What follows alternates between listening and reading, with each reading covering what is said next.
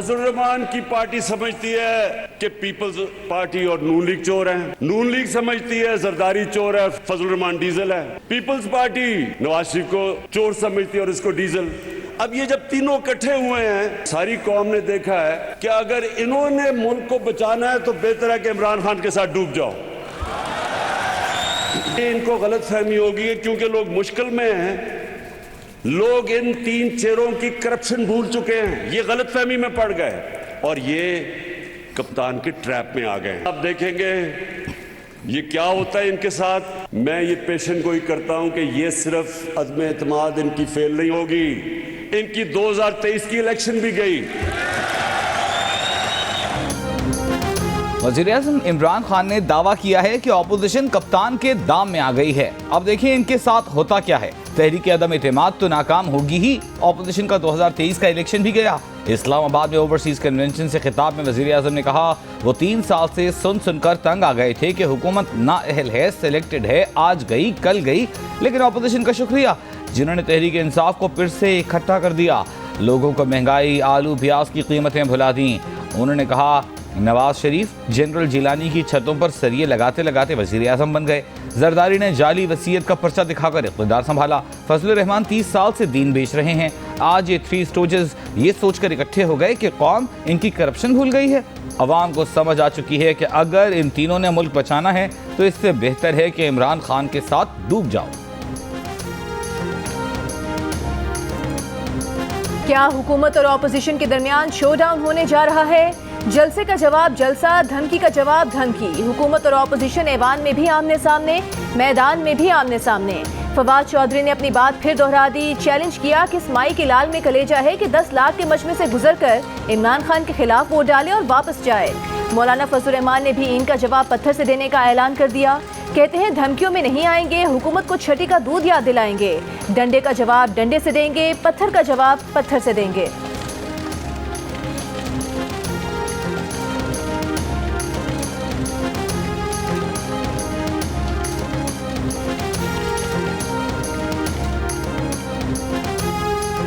विफाकी वज़रा में इख्तिलाफ खुलकर सामने आ गया। फवाद चौधरी कहते हैं इमरान के खिलाफ अदम एतमाद का वोट देने के लिए अरकान को 10 लाख के मजमे में से गुजर कर जाना पड़ेगा।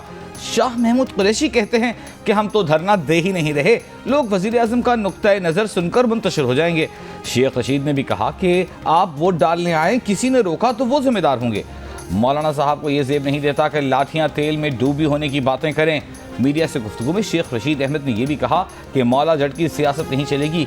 जिनको आप मेरी पार्टी कह रहे हैं वो किसी के साथ नहीं, पाकिस्तान के साथ हैं। वो समझा रहे हैं मामलात अफहाम और तफहीम से हल करें। शेख रशीद से सवाल हुआ कि अगर ऐसा न हुआ तो? इस पर वफाकी वजीर बोले अगर ऐसा न हुआ तो दमादम मस्त कलंदर होगा।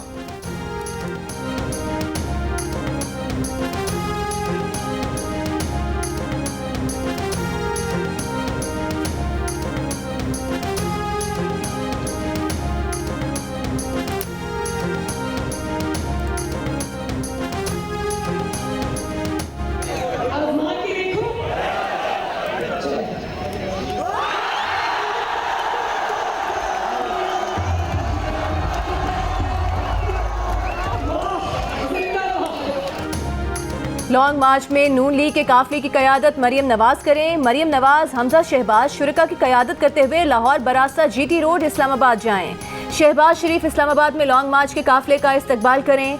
मौलाना फजलुर रहमान ने लॉन्ग मार्च के लिए नून लीग को तजवीज़ दे दी। ज़राए के मुताबिक मौलाना फजलुर रहमान ने मशवरा दिया कि नून लीग जनूबी पंजाब के कारकुनान को लाहौर में जमा होने की कॉल दे। हतमी फैसला और ऐलान नून लीग की क़यादत करेगी।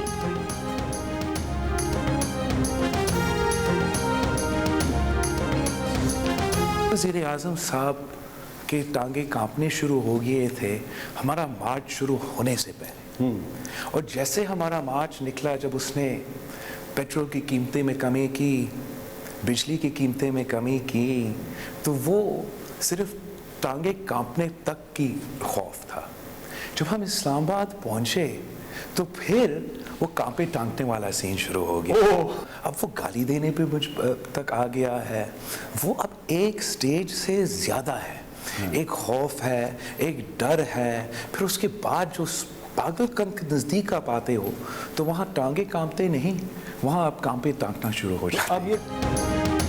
पीपल्स पार्टी के चेयरमैन बिलावल भुट्टो जरदारी ने कहा है कि कांपे टांगना टांगे कांपने से एक दर्जा ऊपर है। हमारा मार्च शुरू होने से पहले वजीर आजम की टांगें कांप रही थीं तो उन्होंने पेट्रोल की कीमतें कम कर दी।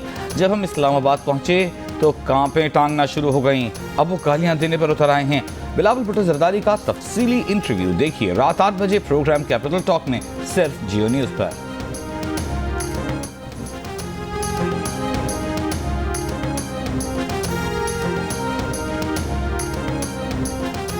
चौधरी शुजात की हुकूमत और ऑपोजिशन से जलसे मंसूख करने की अपील। सरबरा काफ लीग का कहना है कि ऑपोजिशन तो जलसों की सियासत करती ही है, हुकूमत भी ऑपोजिशन के मुकाबले में जलसे करने लग गई है।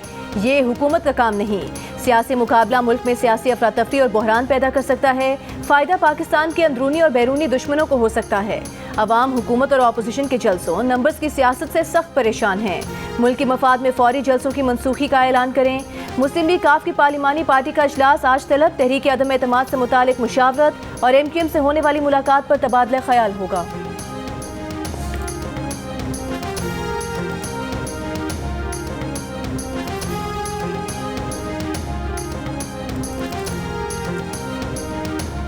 मौलाना फजलुर रहमान ने अपोजिशन जमातों की स्टीयरिंग कमेटी का इजलास आज रात 9 बजे तलब कर लिया। इजलास में 23 मार्च की हिकमत अमली तय की जाएगी। अदम एतमाद के मामलात पर गौर किया जाएगा।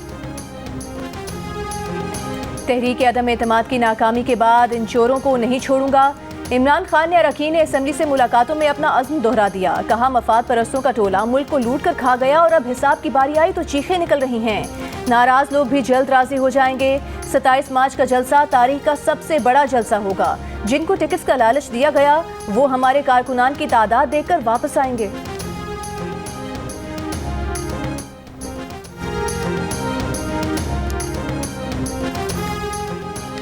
MQM पाकिस्तान के वफ्द की कायदे हिज़्ब इख्तिलाफ शहबाज शरीफ से मुलाकात। PDM सरबराह मौलाना फजलुर रहमान ने मुलाकात में खुसूसी दावत पर शिरकत की। कायदीन में सियासी राबतों का सिलसिला जारी रखने पर मशावरत। खालिद मकबूल सिद्दीकी ने शहबाज शरीफ और मौलाना फजलुर रहमान को कल शाम मुलाकात की दावत दे दी। मुलाकात कल पार्लियामेंट लॉजेस में होगी। MQM वफ्द से मुलाकात के बाद शहबाज शरीफ और मौलाना फजलुर रहमान की 1-on-1 मुलाकात होगी।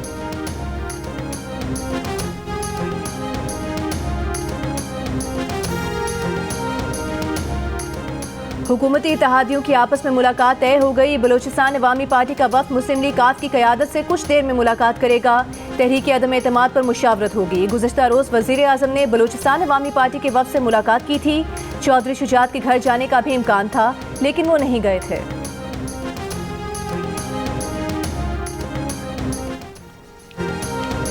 तहरीक अदम एतमाद की वोटिंग में कोई रुकन गायब हुआ या पार्टी पॉलिसी के खिलाफ गया, उसके खिलाफ आर्टिकल 63A के तहत कार्रवाई की जाएगी। आसिफ जरदारी ने अपने अरकान असम्बली को खत लिखकर खबरदार कर दिया।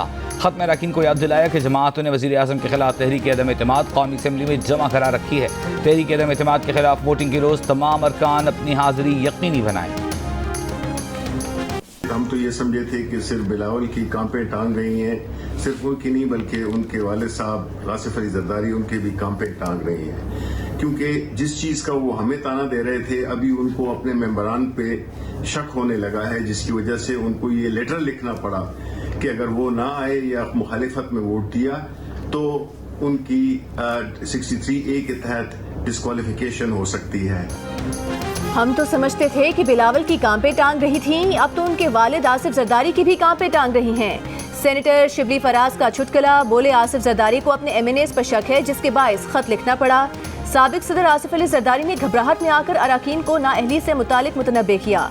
आर्टिकल 63A की वार्निंग देना आसिफ जरदारी की घबराहट को जाहिर करता है। बात अब आगे चली गई है, वो क्या कहते हैं मुख्तार है, गल वध गई है। पर हुकूमत 10 दिन में गल बद गई है मुख्तारिया। शेख रशीद बोल पड़े। वफाकी वजीर का हुकूमत और अपोजिशन के दरमियान पुल का किरदार अदा करने से इनकार। सवाल पर बोले कि बात अब आगे चली गई है। मुख्तारिया, गल बद गई है। कोरोना की पहली लहर में मशहूर होने वाला नदीम अफजल चंद का डायलॉग आजकल अदम एतमाद की मुलाकातों और सरगोशियों में फिर तवज्जो का सबब बन रहा है। गुज़िश्ता दिनों चीफ इलेक्शन कमीशन से मुलाकात के मौके पर PTI से तहरीक इंसाफ में आने वाले नदीम अफजल चंद और कामरान मुर्तज़ा के दरमियान इसी दिलचस्प मुकालमे में गुफ्तगू हुई। नदीम अफजल चंद ने कोरोना के दौरान अपने साथी को घर में ही रहने की तलकीन की थी, जो टेलीफोनिक ऑडियो ऐसी मशहूर हुई कि उस पर गीत बना लिया गया।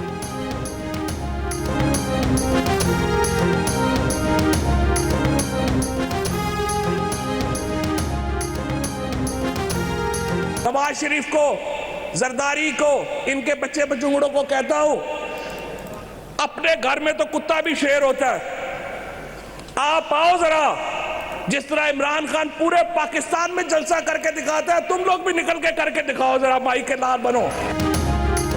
माई के लाल बनो और जलसे करके दिखाओ। फवाद चौधरी का ऑपोजिशन को चैलेंज। कहते हैं हमारा सदर और वजीर आजम वो नहीं जिनकी अमरीकी सदर के सामने कांपे टांग रही हों। नवाज शरीफ, जरदारी और उनके बच्चों को कहता हूं कि अपने घर में कुत्ता भी शेर होता है। जो काम ज़ियाउल हक नहीं कर सका, जरदारी ने 7 साल में पीपल्स पार्टी का बेड़ा गर्क कर दिया। नवाज शरीफ जैसे लोग अपने मोहसिनों के साथ खड़े नहीं होते। ज़ियाउल हक की कब्र की बेहुरमती हुई। नवाज शरीफ जुर्रत करते और कहते हैं कि पीपल्स पार्टी ने गलत किया। विफाकी वज़ीर ने कहा कि उम्मीद है अदम एतमाद की नौबत नहीं आएगी।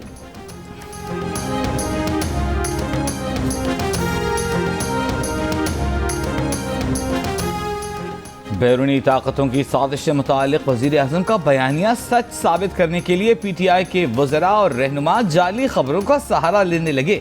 वज़ीर बराए इंसानी हुकूक शीरी मज़ारी ने बेनज़ीर भुट्टो से मंसूब जाली ख़त में दावा किया कि साबिक़ वज़ीर आज़म ने पाकिस्तान का जौहरी प्रोग्राम रोकने के लिए अमरीका को इमदाद रोकने का मशवरा दिया था। एक सहाफ़ी ने 2011 में अमरीकी सेनेटर पीटर गिलब्राइट के ख़त के बारे में बताया कि अमरीकी सेनेटर के नाम से फैलाया जा रहा यह ख़त जाली है। सहाफ़ी की निशानदेही के बाद शीरी मज़ारी ने ट्वीट डिलीट कर दी। पंजाब के वज़ीर जेल खानाजात फैयाज़ हसन चौहान ने भी एक जाली खबर शेयर कर दी और तहरीक अदम एतमाद को अमरीकी और इसराइली खुफिया एजेंसियों की कारस्तानी करार दे दिया।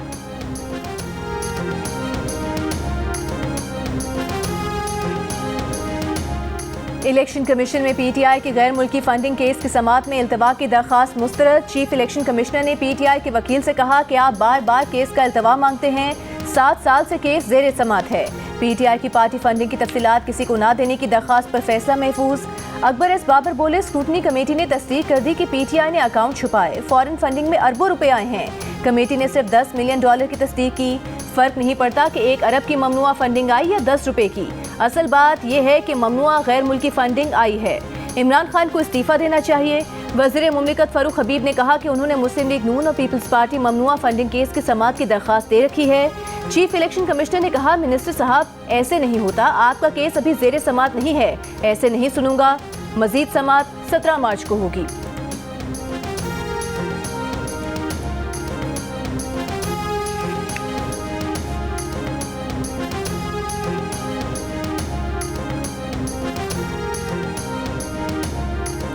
इलेक्शन कमीशन गैर मुल्की फंडिंग केस पर फौरी फैसला दे। मुस्लिम लीग नून की तर्जुमान मरियम औरंगजेब का मुतालबा।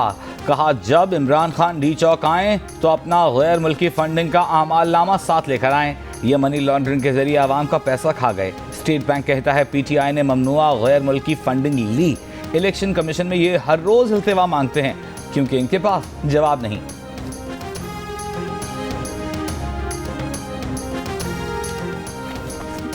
ये तो कहीं नहीं लिखा कि सिर्फ PTI की फंडिंग की स्क्रूटनी होनी है। पीपल्स पार्टी नून लीग केस की स्क्रूटनी कमेटी में समाअत नहीं हो रही।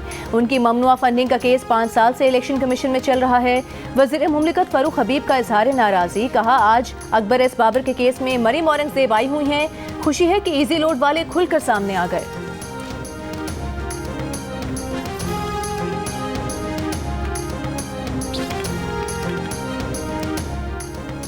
बाबर आजम और अब्दुल्ला शफीक ऑस्ट्रेलियन बॉलर्स के सामने डट गए। चौथे दिन के 2 सीजन्स बैटिंग करके बॉलर को थका दिया।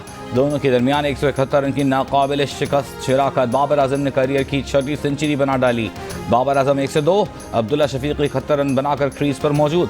पाकिस्तान को जीत के लिए आखिरी दिन 314 रन दरकार।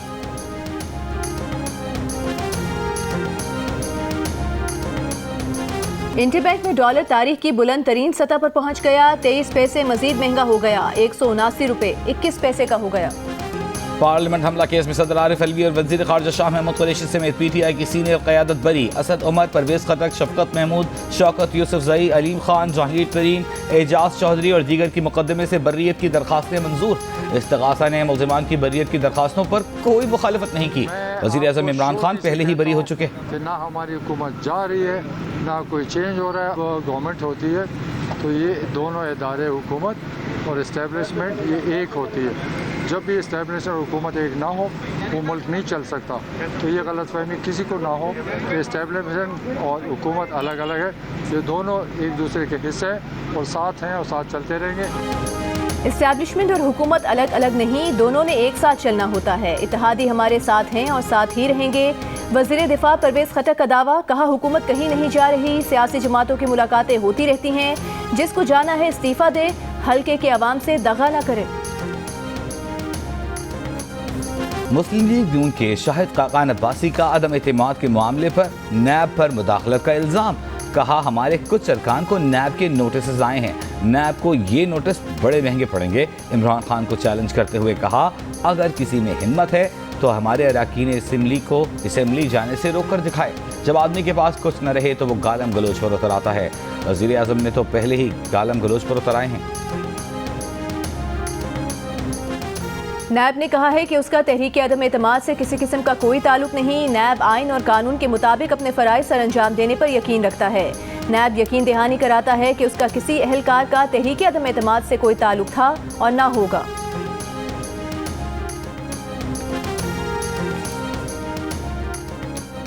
फैसल वावदा की नशिस्त पर निसार खोड़ो का नोटिफिकेशन मुअत्तल करने की इस्तदा मुस्तरद। सुप्रीम कोर्ट ने इलेक्शन कमीशन को जवाब जमा कराने के लिए वक्त दे दिया। चीफ जस्टिस पाकिस्तान ने रिमार्क्स दिए, अदालत ने किसी नोटिफिकेशन को नहीं रोका। फैसल वावदा की खाली नशिस्त पर उम्मीदवार की जीत आर्जी है। अगर फैसल वावदा केस हार जाते हैं तो जीतने वाले उम्मीदवार की लॉटरी निकल जाएगी। केस को लटकाना नहीं चाहते, निसार खोड़ो को भी फरीक बनाना चाहते हैं तो बना लें। केस की समाअत अप्रैल के पहले हफ्ते तक मुलतवी। कराची के जिन्ना अस्पताल में 4 रोज बाद भी पानी की फराहमी बहाल ना हो सकी। मरीज और तीमारदार परेशान। अस्पताल हुकाम का कहना है कि सिर्फ इंतहाई ज़रूरी ऑपरेशंस और डायलिसिस किए जा रहे हैं। स्टाफ कॉलोनी में भी पानी फराहम नहीं किया जा रहा। हफ्ते की शाम से अस्पताल में पानी की फराहमी मुअत्तल है। वाटर बोर्ड ने गुज़िश्ता रोज पानी की सप्लाई बहाल करने का दावा किया था।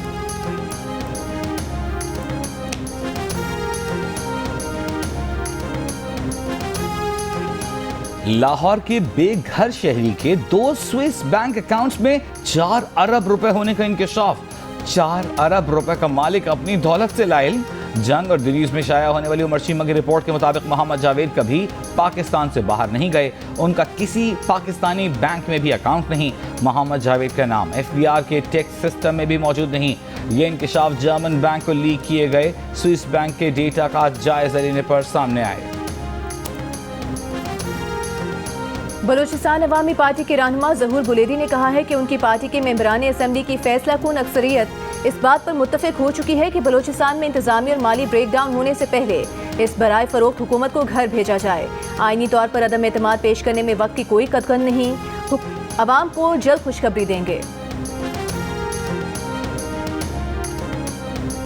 लाहौर में लड़कियों के इंटर यूनिवर्सिटी वाटर रोइंग मुकाबले। तालिबात का कहना था कि इस खेल में जोर भी लगाना पड़ता है, कभी कभी डर भी लगता है, लेकिन नहर में रोइंग का अपना मजा है।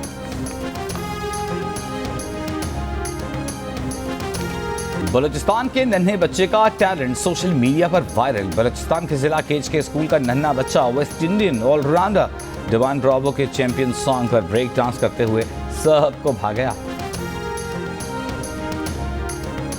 जियो न्यूज के बैनर तले मिंट्रियों की एक्शन, कॉमेडी, थ्रिल और रोमांस के मसालों से भरपूर पेशकश।